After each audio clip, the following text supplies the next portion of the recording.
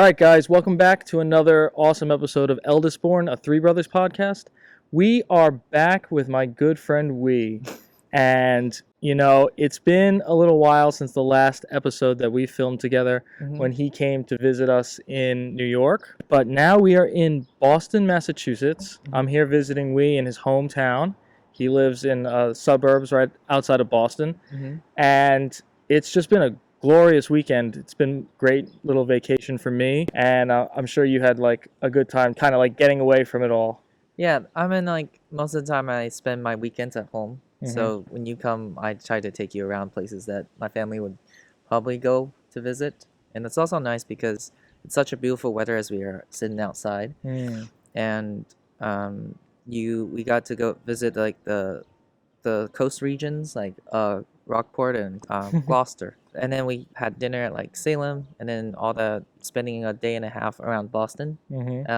From day biking in the Boston Commons, and then at nighttime going to some clubs. You have some funny stories. We got some funny stories for that. So right now, guys, we are actually sitting in front of the visual arts department at Harvard University.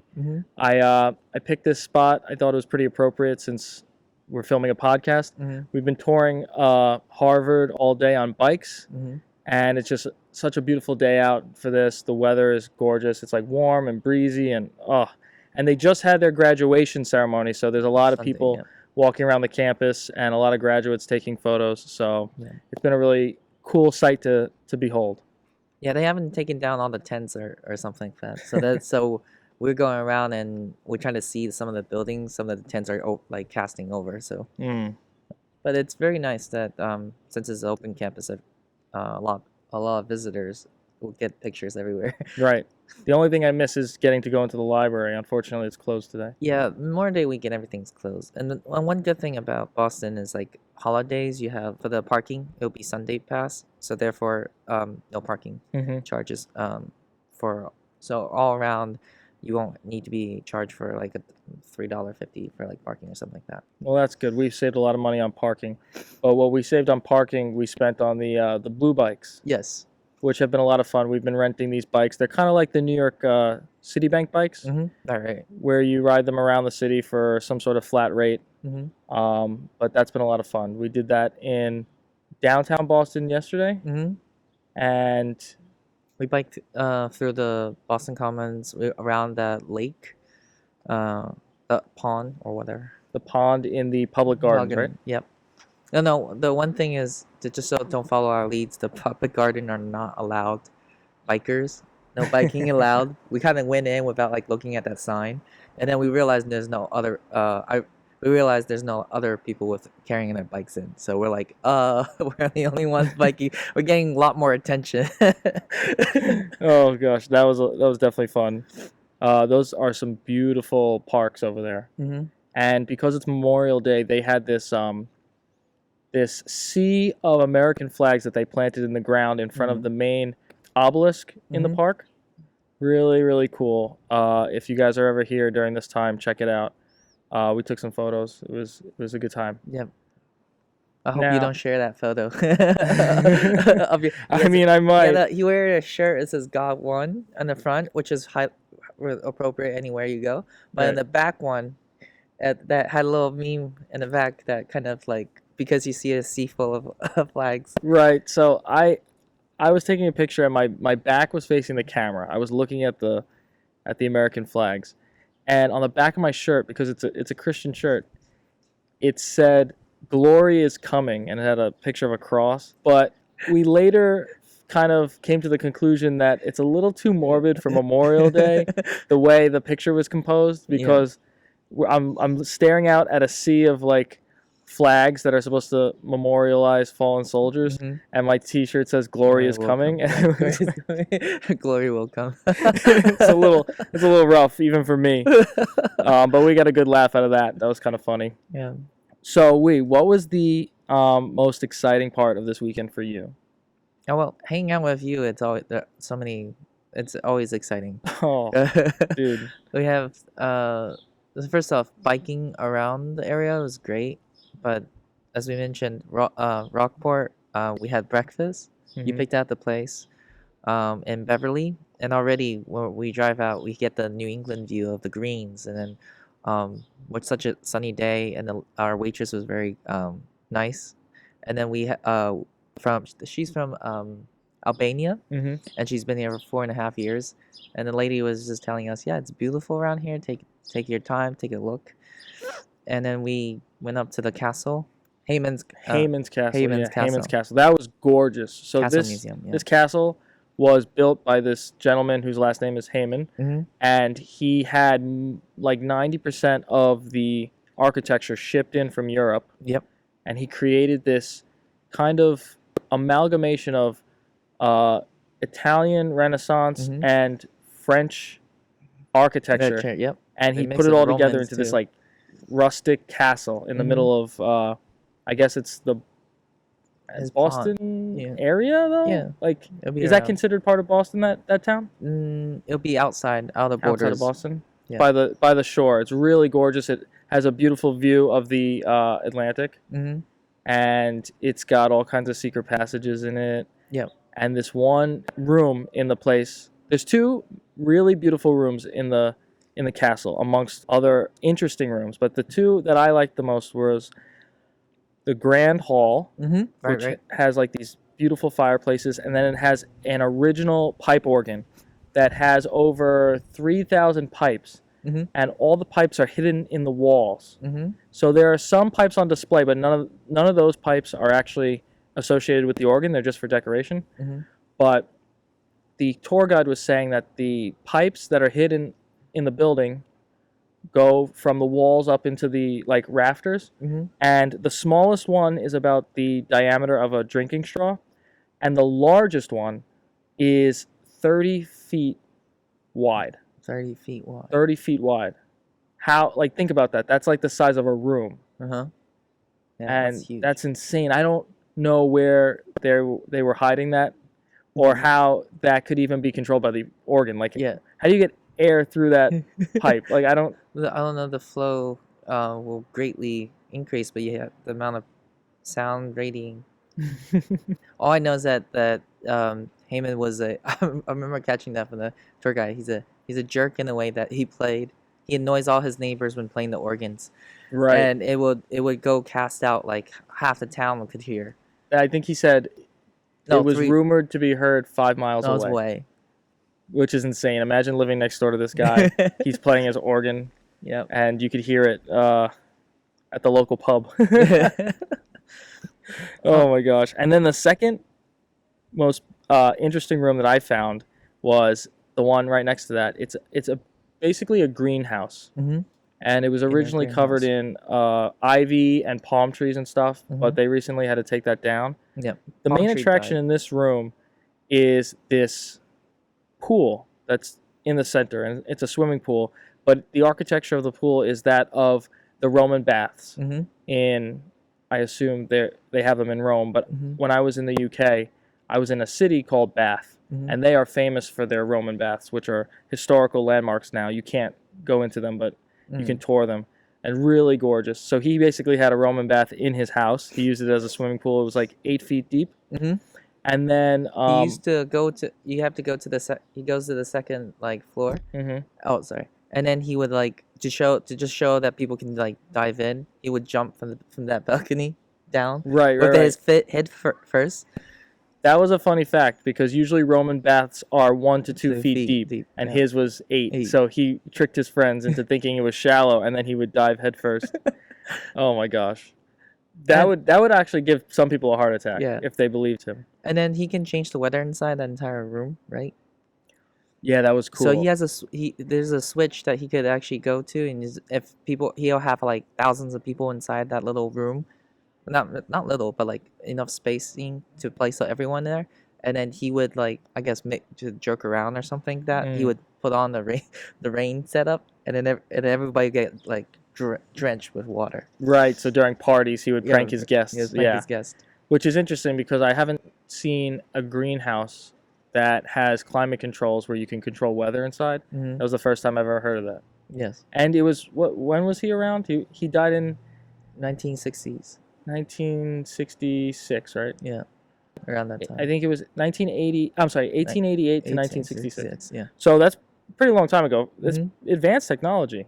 hmm I think that's He's a big inventor, and he's definitely a good multimillionaire at that Mhm. time. I don't know And that his actual net worth in today's currency, but at that time it was definitely one of the higher yeah, ends. yeah. So that was beautiful, that castle, and that was the first day. hmm Um, Saturday. That was Saturday. Then we went to Rockport by the state park. We went around this. You had your ninja moment on near the coast, oh trying to yes, climb. the quarry. Yeah, the So there's quarry. this beautiful quarry that's obviously they were mining hmm granite, Granite. and they created this giant lake hmm in the middle of the state park. Lagoon. What do you call Yes, I called it a lagoon because it's so close to the ocean, Right. and I wasn't quite sure how the water got in there, but it seemed to be salt water. Yeah, like we don't see where they put port, like where the water source is coming from, Mm. but that place is just like I don't even know if it's rainwater like that accumulated there. That would have to be a lot of rainwater. Mm-hmm. It's It yeah. doesn't, yeah, Well, but could be. I mean, I'm sure the quarry is very old, so mm-hmm. only takes like one flash flood to fill that thing. But yeah. So there are these rocks that are left over from the mining excavation, Mm-hmm. and they're all across the shore. So we was doing a little bit of it too, but we were jumping from rock to rock, and I was trying to do it as fast as possible, and doing like a little parkour moment. I was wearing the shoes that I'm wearing today, and I realized my flats aren't like my bottom soles are not like does not have enough traction for me to do all that kind of stuff. But anyhow, Mike's athletic enough to like go through them and with grace, and I'm like, ugh, I'm just struggling, just trying to get myself landed. I just have good balance. I'm not that athletic. Yeah. There are certain things we were discussing where some people are good at stuff like me. I'm good at like let's call it acrobatics and things of that nature, like balance Mm-hmm. and jumps and things like that. And then you're better at sports than I am. You played basketball for years. I can't shoot a basketball for my life. Which surprises me. I'm just not. You know what it is? Like if I wanted to get a piece of paper Mm-hmm. into a garbage pail Mm-hmm. at my house with no pressure, it's fine. The second a basketball leaves my hand, it never gets it into the hoop. I've missed more shots than what I made. So that's true Okay. for every single person. That's a fair assessment. I feel like a lot of people say that. Yeah. Even NBA players, probably. And if it's game time, you have so many things like interrupting you. So. Speaking of NBA, Oh yeah. we got to watch a pretty epic game.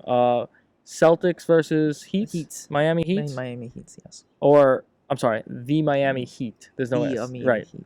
So this game was a real nail biter, and you were very invested. Good. Yep. Tell us a Yours. little bit about how that game went.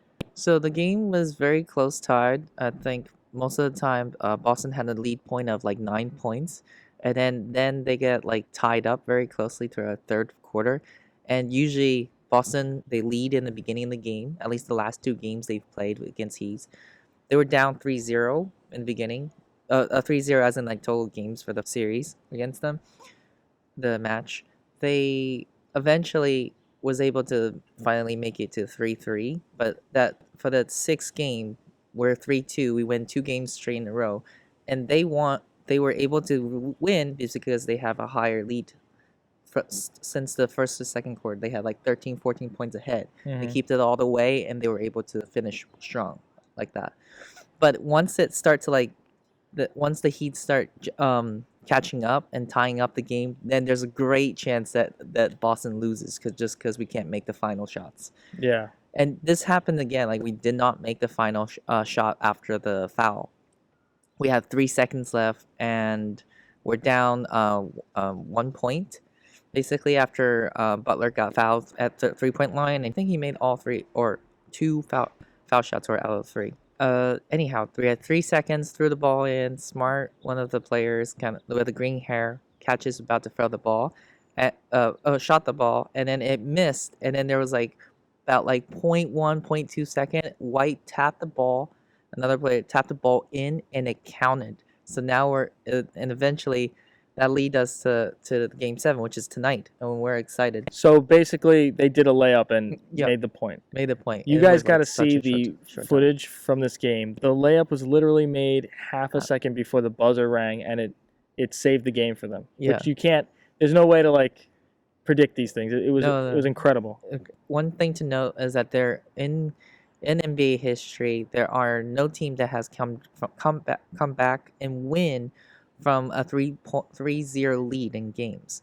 So of 148 games, game match situations that's like this, none of them won. So if Boston Celtics were to win this game tonight, we make a history. So yes. So who would they be versing in the finals? If they win against Heat, then they will be facing Denver's.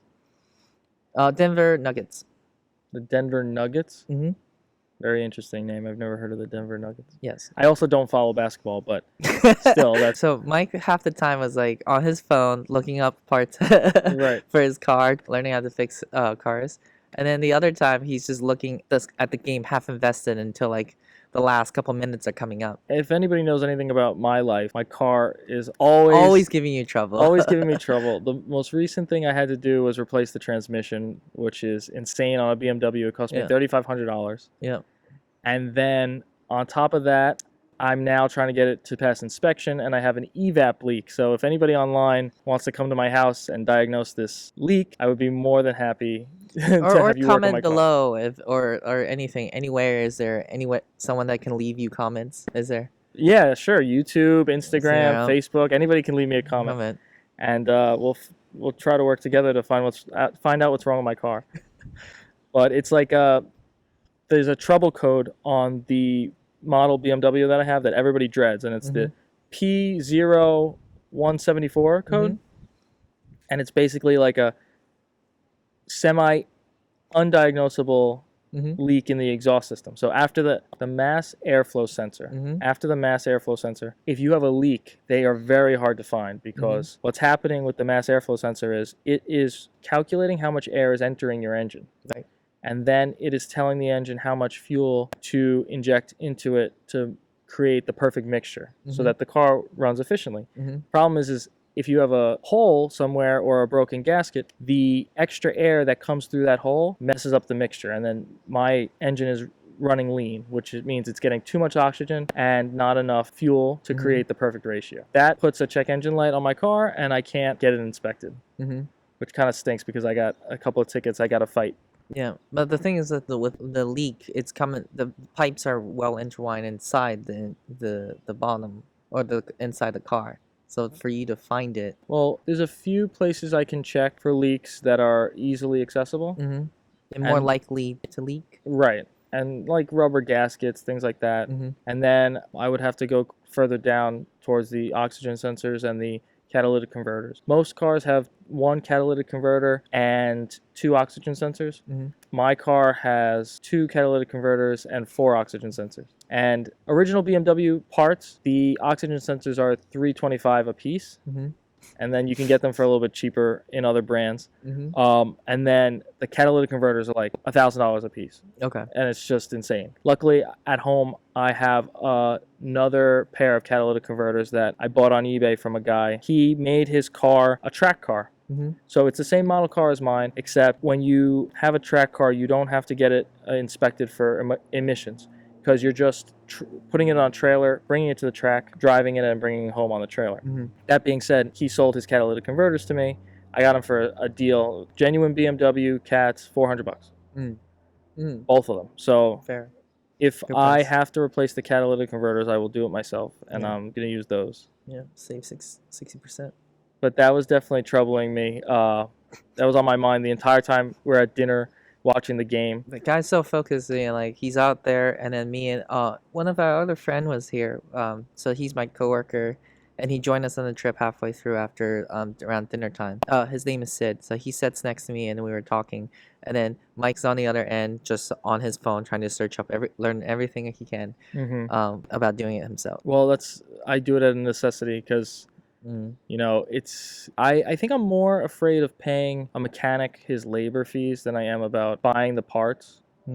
because a lot of mechanics, if they're cool, you can go online and you can buy the parts yourself and bring them and they'll install them for you, which is a good way to save money. I've done that before. Now, like these days, mechanics charge about like $120 to $175 an hour, depending on where you go. It's a service fee that really costs us. Yeah. Yeah, because you can't find someone that knows their knowledge and actually be able to do it as well as they do.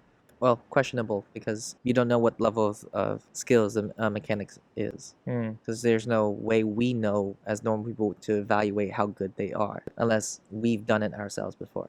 That's true. And I have done it quite a few times. I accidentally rear-ended someone last year, and I had to take my entire front end of my car apart, replace the hood, replace the radiator, replace the clutch fan, and a few other broken components. It was a disaster. Luckily, the bumper was intact, but it was crazy. And the biggest dilemma I had was finding a hood for my car. And luckily, there was a guy in Maryland. Yeah, Maryland, who happened to have a 2000, I think 3 BMW in black. So it's a slightly different model, but the hood still fits. He drove it up to Long Island the next day. I gave him $100 to drive it up.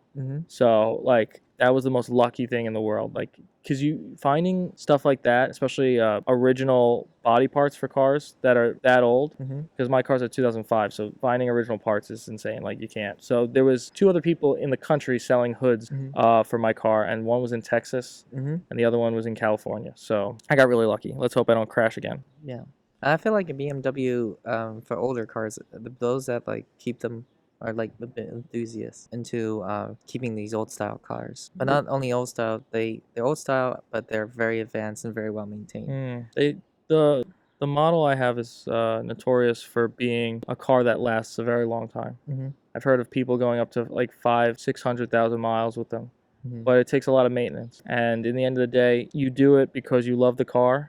And for me, at this point in my life, because buying a new car or getting a used car or leasing a car is a little too expensive. We're living in a time where interest rates are through the roof, and because of other factors in the automotive industry, used car prices are through the roof also. So it's insanely expensive to get into a car nowadays. That's why I'm just going to keep pouring money into my car, trying to fix it up and see what happens. Maybe, well, he's invested in his car, so I have my car. My car is like a Ford Fiesta 2016. It's been like a titanium version, so they've been around. I've been driving it since my first internship in junior year of college. So then that car's been with me since then. A couple months ago, I was seeing that the car prices, I can sell my car at my current mileage, which is about like 50,000 more, for the same price that I bought it at. That's great. You see, that's just goes to show you how much inflation has happened to the car market, because usually your car devalues the second you drive it off the lot. And I don't know if you got it new or used, but it was used. Should be worth a lot less now. And but no, the thing is that if I sell it to the car dealer, right? If you take it to the store, you sell it, you probably get like a quarter of that price. That's awesome. But if you buy the brand new, it's probably still around that. The original price tag that I had. I was like, wow, okay. That was been a good deal. And so I kept But you don't have any plans of selling your car? No. I keep. It's a nice car too. We've been driving around in it all weekend, and it's one of the easy cars to park. Because when you have a smaller compact car, it's nice parking around Boston or any cities in general. So having smaller cars. But if you go on the country or it's like a heavy snow day, you need to 4-wheeler drive, or you need, or you try to like building things you're at home, and then you want that pickup trucks. My car is rear wheel drive, so it's even worse in the snow. It's terrible. Oh, I'm 2 front wheeler drive, so I can go around. Was it the sits that use the term donut, or is it you could do donuts? Donuts, yeah. It's not like, so a lot of times drifting, like you see in the movies like Fast and Furious, Tokyo Drift, that is done with rear wheel drive cars. But if you're doing donuts in the snow, you can do it with front wheel also. So yeah, they're like, oh, you should try that. I was like, oh. Yeah, my tires probably wear out, but not that much if it's in the snow. So that's so funny. We can see. Now, to go back to the topic of this trip, we have had some incredible food. Oh yeah. This entire time. Many good foods. We ate. Earl's Kitchen. We had the sushi, the shrimp roll sushi. Yes. That's right. In the Assembly Row. We had the Earl's Kitchen. There's like 2 places now. One, you can go to the Boston at the Newbury Street, I think. There you could go one, and there's Assembly Row, which is like the shopping mall area people like to go to.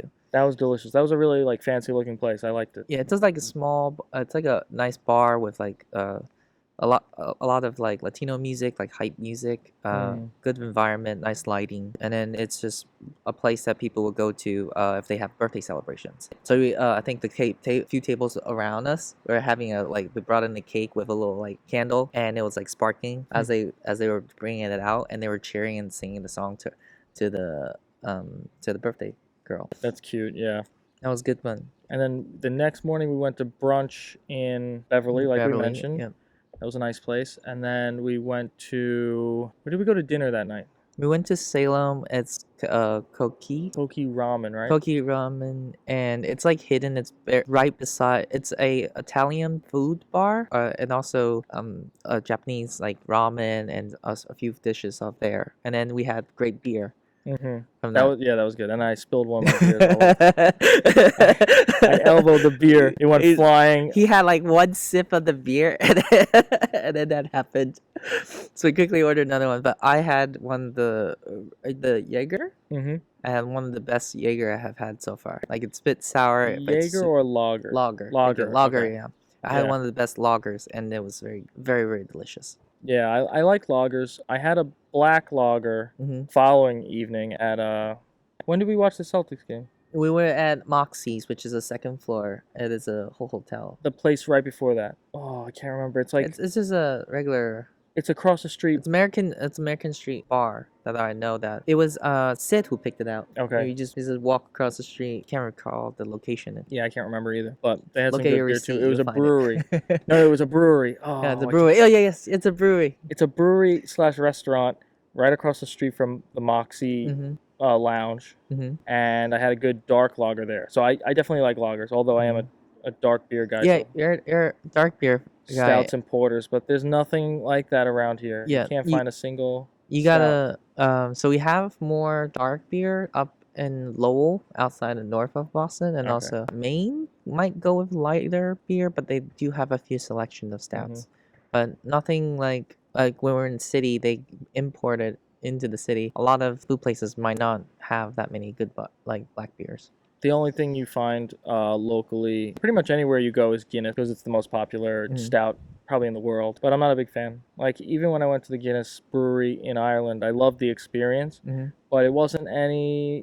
The taste of the beer wasn't any better than here. Dark beer, thank you.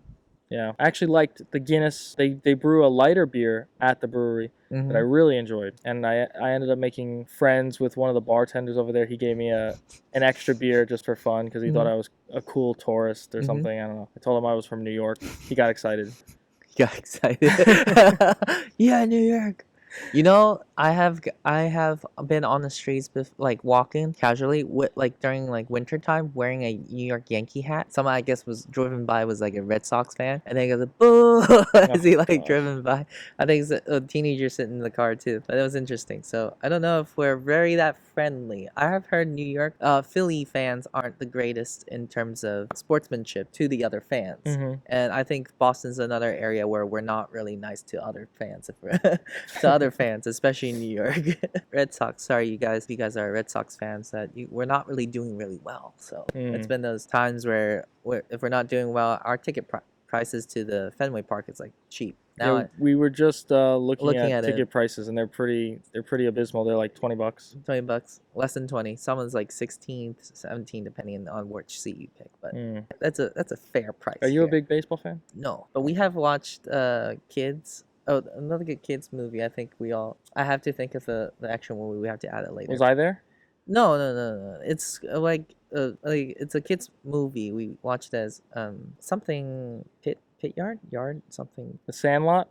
Thank you. Gotcha. I can't think of it. That's a very popular movie. Yeah, Sandlot, and then there you get to know like Babe Ruth and about him, and he served at Red Sox for years. Did he served at the? Oh yes, isn't there a curse? Where like they got Babe Ruth from the Red Sox to the Yankees, and ever since that the Red Sox never won. Yeah, exactly. That's so funny. That's probably why they hate us so much. So Yankee fans and Red Sox fans, we don't get along. I'm a casual Yankee fan, but that's only because my grandpa used to take me to games growing up. Oh yeah. Back to the food though.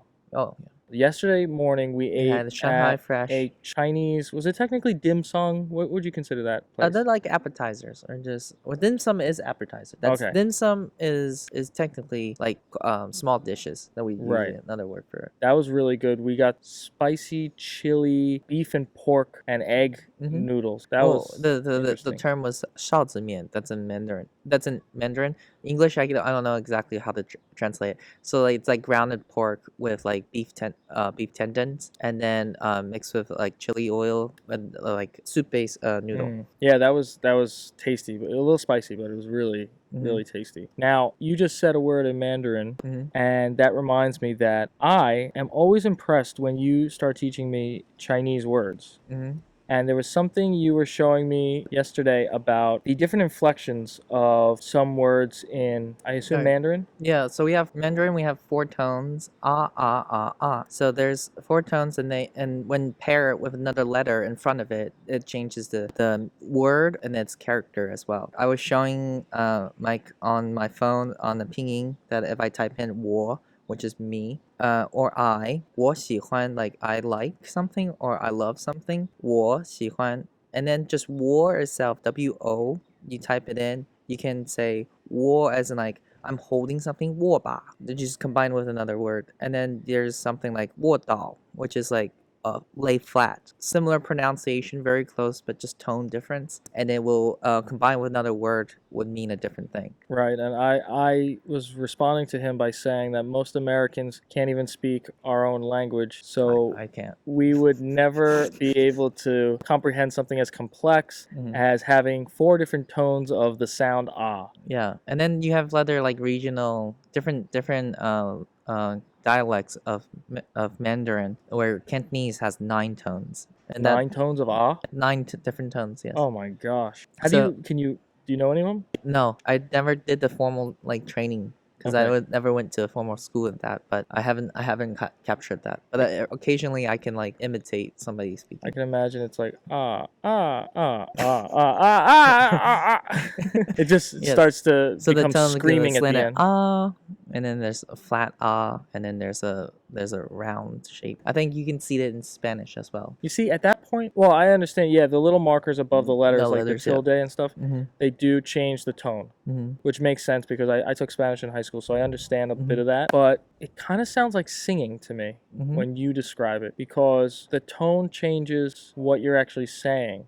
And your context. We are very good with context. The next word or the two words used to combine, these will tell you how exactly what this word is meant or mean. Or you can break the word down by using this specific characters. Like ko is like a box, and you can use it. You can combine it in other characters, and it will form a different word. And ko is ko Ko, yeah. in English. And you showed me that on the phone, and it had like 70 different. Yeah, you just scroll down and you realize there's so many different. But some of them are like combinations of words. Yeah. Okay. Or they're a combination of characters, kind of like English. We have our combination of words. Pronunciation, there's shun is like a process of, and then pro, we have like there's many different words you can break it down Prefix, to. suffix. Suffix. Yeah. Exactly. So you have like building characters that form the language. That's so interesting to me. Now you can read all of those characters. You're fluent. I'm fluent in Mandarin, and that took a lot of time because I liked RPG, and a lot of those games has clues, and if you don't read, you can't read, you don't know where you're going. Wait, you play Chinese RPGs? Yeah, that's what I grew up playing with, and everyone else was playing like Game Boy, like Super Mario. I'm here trying to figure out how the hell do I get to the cave? Where's the key? Where's the hint? What does this poem mean? And I'm like, this makes no sense to a 7-year-old. And you're speaking of English games. You're saying that what didn't make sense was the English game? No. What didn't make sense is you never went to formal schooling. A lot of these poems have this characters that like match and tone difference, and at the same time it's like where the hints is at makes no sense.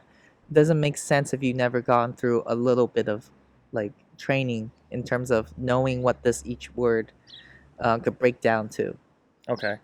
They can use a few sentences to hide a word. There's only one word that's important, but it's giving you every single context is giving you the idea to that word, but not saying the word. Right. Kind of like we're trying to portray, like a film trying to portray love, but the character never said love. But it's giving you every single idea of that. Hugs, confirmation, eye contact, intimacy. But no one ever said love. Never, no word. But also in that poem, there's not a like in a game poem, maybe that didn't say anywhere like the gate, the location, and some words might resonate a number. So then you have to think how to break that down. So when I was a kid, that was very difficult for me, and still is. So what is your favorite childhood game? 金庸群侠传, which is a series of novels that the author written in a newspaper, but he has later got it published. He's a Taiwanese writer, and a lot of his stories is about fantasy, like not kung fu fantasy, but like fantasy of wuxia. Wuxia is like, think of it, the middle Midwest, like the cowboy ages, where everybody is their own vigilante. Or like Robin Hood, you need a certain justice that you can't get through the law system. So a lot of these are like heroes will try to go out using kung fu. They will fly or over through the roof, go into the riches, steal from the rich, and then will give to the poor. And that kind of world that he created, but really he some of the stories he talks about brotherly love. He makes a little bit of religion inside. I didn't know some of the things that he mentioned was tied to like Muslim culture, and that made me very invested because you're learning stuff. Right. And so that's 金庸群侠传 was so that game was that you have to go and collect all 8 books. And each 8 books has their own designated characters that you have to trigger the events. But they don't tell you exactly how to trigger an event. They only tell you once, and they will never have a context clue again of how to get it. They will never repeat. You ever take notes during those games? Yeah. And then there's at that time in the mid 2000s, not a lot of texts or guides were built yet, or cheat codes or something like that. And for a 7-year-old, like learning how to read was a bit difficult just to find out. So that was fun. But in the end, that helped me learn Mandarin, and also I had to go back to China every summer to communicate with my grandma and my aunts and uncles to make sure that my Mandarin doesn't lose touch. So your first language is English because you were born here, even though your parents are. My first language is Mandarin. It is Mandarin? It is Mandarin because I was raised in China from 7 months onward, but up to 7 months I was in New York. So you were raised in China from 7 months to age 5. To age 5. Okay, and then you came to New York. New York. And then, as people know, I came to Pennsylvania. Right. New York is much later down the road. Okay, and as people know from our last episode, we touched on it a little bit. A little bit. You and I met through youth group. I was 15, walking back one summer. I think it was day, younger than February. That. I think we were. No, we were like 13. No, maybe it was 8th grade. No, but I think I was interested in Christianity in the freshman year because I was studying world religion and I came across Christianity. I've always no parents or no friends. My friends were Christians. They never like clicked in and told me about things. I know the like term God. Everyone says God bless you, and I was like, who is this guy? Who is this God? And then I was interested in like who am I? What am I doing? You kind of get lost and self discovery, and then that's just in time I was searching religion and you just happened to walk by the church. Yes, I feel so like funny. We say it's God's planning. And the rest is history. For you. I truly do believe that was God's plan because that was the start of our 10+ year friendship.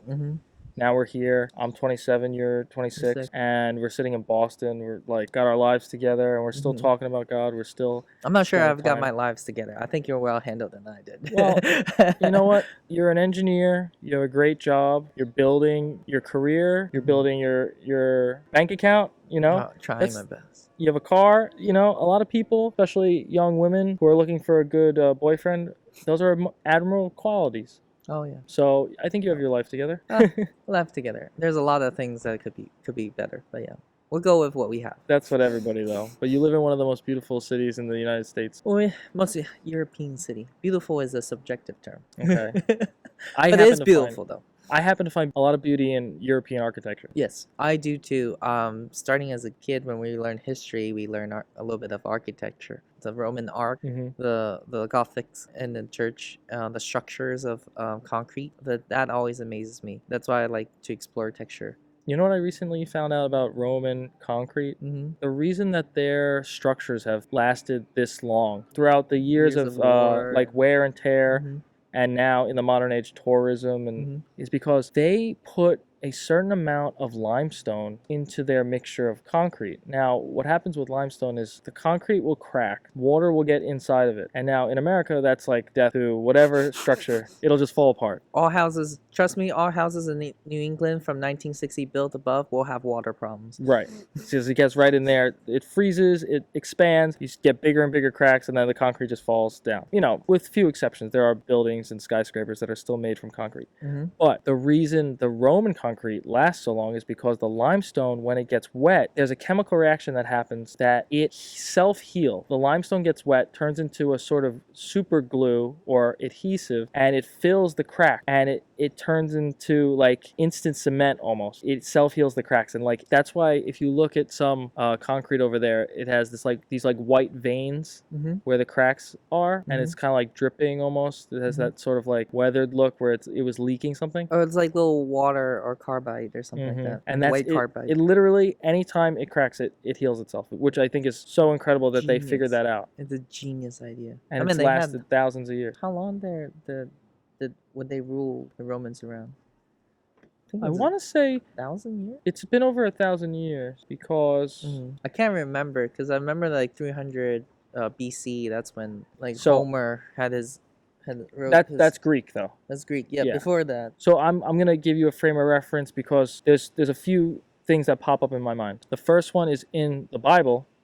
The Roman Empire was in power during the time that Christ walked the earth, and they had a very heavy hand and influence in his crucifixion. So that being said, they were definitely around at 0 AD, right? And then I know that based on this anime that I watched called Vinland Saga on Netflix, it's all about Vikings and how they fought to try and conquer what is now England, but at the time was a disunified land full of different countries.